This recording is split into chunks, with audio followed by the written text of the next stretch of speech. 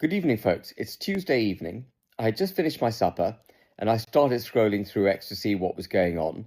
And I was confronted by a barrage of posts from people in and outside reform discussing reform's approach to the incarceration of men alongside women in women's prisons. Now, I'm sure this debate is not new to you. A lot of you watching this video will be familiar with what's happened in the last 48 hours.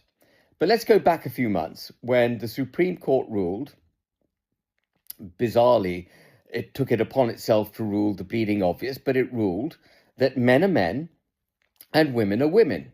Yes, it took a Supreme Court ruling in 2025 to tell us what all sane-minded individuals in this country already knew.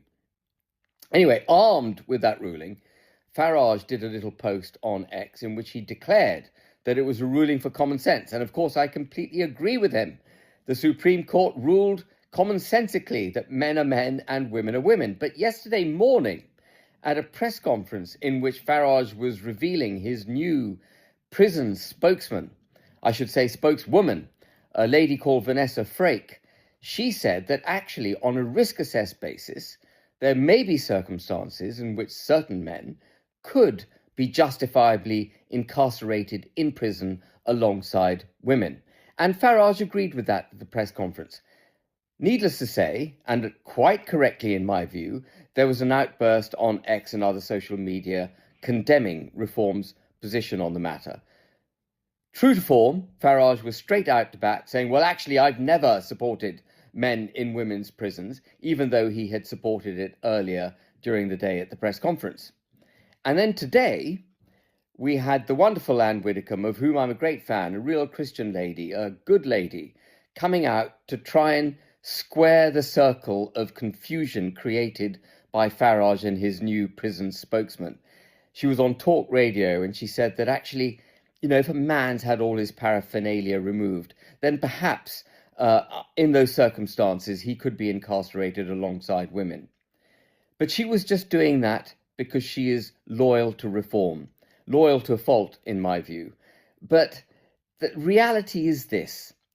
As Farage said a few months ago, men are men and women are women. They should not be in prison together. There are no circumstances in which they should be in prison together. But the reason Reform finds itself unable to make that declaration is because Reform doesn't have a settled political philosophy. It actually doesn't know what it stands for. This is not the only subject on which it's oscillated this way or that way in order to try and curry favour with the electorate. It is merely in the pursuit of power. It is a politically expedient vehicle designed to deliver maximum exposure and promotion of Nigel Farage. That's what Reform is. And in the pursuit of that, it will go this way or that way. It doesn't have a settled view of life. It doesn't have a settled view of how the United Kingdom should be governed. So within 48 hours, you've had Reform say, yes, men should be in prison with women. It should only happen in certain cases, denying it completely, and then one of its senior ladies sticking up for it again. And this is the problem with Reform. Vote Reform, you don't know what you're getting from day to day. It'll go this way or that way. If you want a party that really understands what it stands for, will stand for this country, and as a very basic starting point can tell the difference between a man and a woman, the party is Advance UK. Please join Advance UK. If you're fed up with the nonsense from Farage and Reform, please register as a member of Advance UK. Go to advanceuk.org.uk and join as a member. We know the difference between men and women, and we will not let you down.